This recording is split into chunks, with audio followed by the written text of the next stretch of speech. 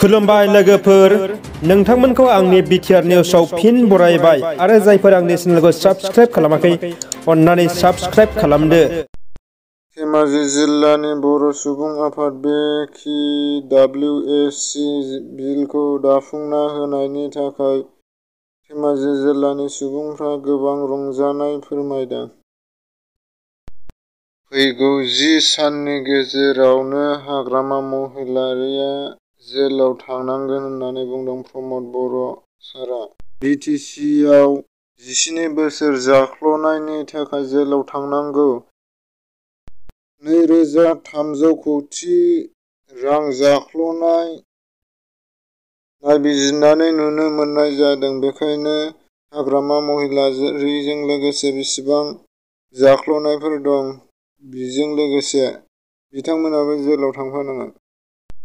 गुवाहाटि आमोनगावआव दिल्ली स्कुलाव थानाय मासे मोसाया बेरायदों उदाङैनो आरो सानै सुबुंखौ एटेक खालामदों। बिथांमोननि मुङा जाहैबाय प्रबिन हालय आरो अदे आथि होननानै सिनायनाय जादों। बिसोरखौ देहा फाहामसालियाव फाहामगासिनो दङ।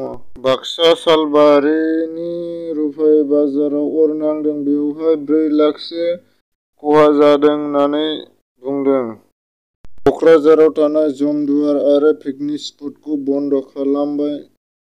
आइसि प्रान्जल तालुकदारआ बन्द खालामदों बेखौ।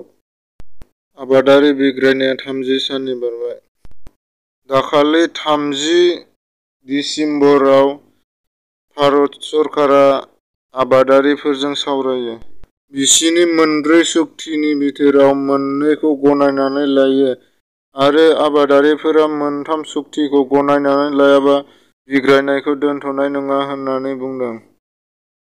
हिमन्त बिश्व शर्माया बुंदों आसामाव 2021 आव कर'ना भाइरास जानाय नङा होननानै बुंदों आरो आसामाव कर'ना भाइरास फैनाय नङा होननानै बुंदों। मानोना लन्दन आरो आमेरिका हादोराव जानाय कर'ना भाइरास गोदानआ जोंनि आसामाव सौफैयाखै। बेखायनो 2021 आव गोदान बोसोराव आसामाव कर'ना भाइरास जानाय नङा होननानै बुंदों।